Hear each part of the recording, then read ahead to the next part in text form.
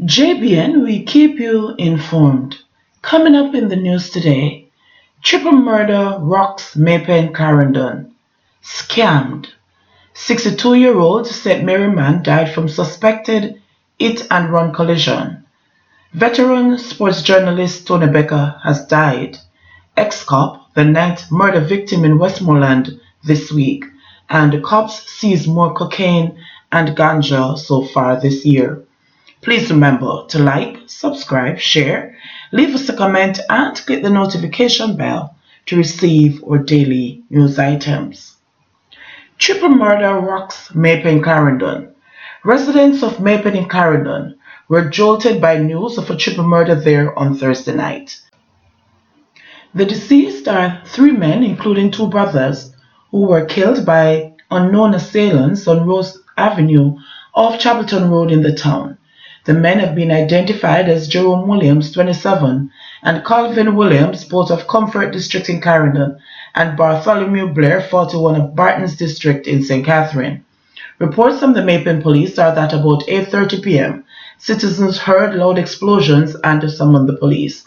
On their arrival, a motor vehicle was seen with two bodies inside, and one of the men was found outside the unit. All three men had gunshot wounds. The crime scene was processed and the bodies were moved to the morgue pending a post-mortem examination. Police investigations are ongoing into the incident. Scammed. A group of 7 young adults have complained that weeks after attending interviews and paying money for uniforms to secure jobs at a call center, they are now unable to contact the company. Members of the group, who all requested that their names be not identified, said they have become desperate and so have decided to bring the public's attention to their plight. One of the young men in the group said he saw an advertisement on social media, which was also placed in a newspaper, and so he decided to take a chance as he saw it as an opportunity to get a well-needed job.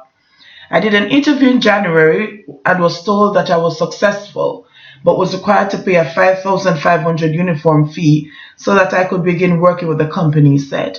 I was also told that a down payment could be made for the uniform and that I could be contacted with a start date.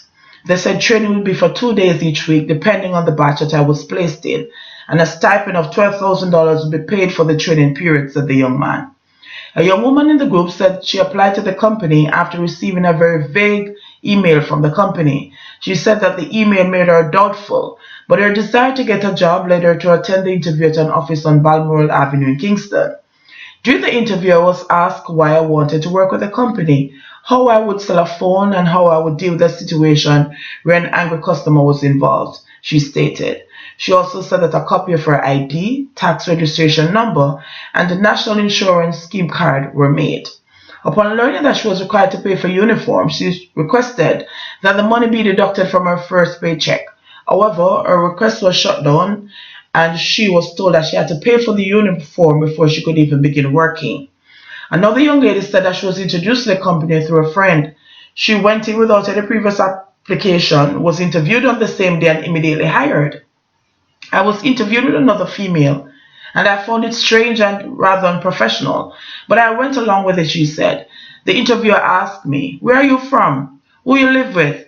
And what else am I supposed to ask you again?"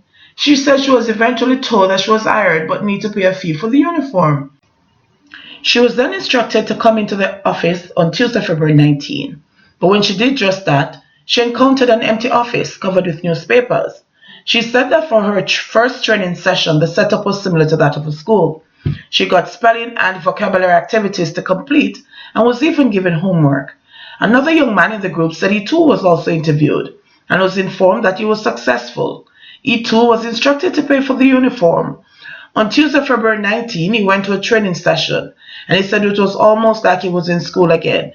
He said persons shared with him that they were training for 2 weeks but did not receive a stipend, and this too to him was odd. In his interview, he said that he was asked his mother's name and to also give the nickname he was called at home. This was really strange to me, but I really wanted the job, so I just stuck with it. Also, seeing other persons there helped to soothe my mind to an extent, he said. Another female said she heard about the job to a friend. I went in and I gave in my resume and passport size pictures. A picture of my documents was taken with a phone and I was told, you don't have to bother go through no interview process. Just make a down payment for the uniform and you're good to go. She said she was so desperate that she didn't question it much. She said she was added to a WhatsApp group with the other individuals who got through to work at the call center. After a while, people were becoming more and more suspicious, and it seems as if word got around to the persons in charge, and that was when they began to remove all the numbers from the WhatsApp group and also remove her display picture, she said. I decided to go to the building and was met by a man whose face was mostly covered. He told me that training was put on pause. I tried to request a refund and was told that was not possible. I haven't been able to get through to them since, she explained. Efforts to contact the individuals in charge of the company have been futile. It was not clear if the matter has been reported to the police. 62-year-old man dead from suspected hit-and-run collision. The body of an elderly man was found with multiple wounds that are suspected to have been caused by a hit-and-run collision in bushes along the main road in Whitehall St. Mary on Wednesday afternoon. The deceased has been identified as 62-year-old Delroy Henry of Harmony Hall in Highgate, St. Mary. Preliminary information is that Henry's family filed a missing persons report for him at the police station on Tuesday after he failed to return home. It is reported that the following day at about 4 p.m., a motorcar driver who stopped along the Whitehall main road saw a bloodied body in bushes and alerted the police. Henry's body was taken to the morgue after the scene was processed by investigators. A post-mortem examination is to be conducted to confirm the cause of death. Veteran sports journalist Tony Becker has died. Noted cricket journalist and former Gleaner sports editor Tony Becker passed away on Thursday morning. He was 78 years old. The news of his passing was confirmed by his widow, Cecilia, who advised that the Melbourne Cricket Club stalwart was pronounced dead at 4:50 a.m. at the Andrews Memorial Hospital weeks after contracting dengue fever. He had been showing signs of improvement, but things took a turn for the worse this week when he suffered a ruptured colon, requiring an emergency surgical procedure on Tuesday. He died of cardiac arrest. Becker, born November 10, 1940, had been battling a series of illness over the past few years. Ex-cop, the 9th murder victim in Westmoreland this week. An ex-cop who was gunned down at a restaurant in Negril, Westmoreland on Wednesday night has become the 9th murder victim in the parish since the start of the week. The deceased has been identified as 29-year-old Neville James of a Green Island, Nova address. Reports are that about 7:30 p.m., James was with a female companion at a restaurant along Norman Manley Boulevard in Negril when two armed men entered the premises and opened gunfire, hitting him. He was taken to hospital where he was pronounced dead. No motive has yet been established for the killing. Prior to the ex-cop's killing, 8 other persons were left dead from 5 separate attacks early in the week, starting Monday afternoon and lasting up to Tuesday morning by trigger-happy gunmen across Westmoreland.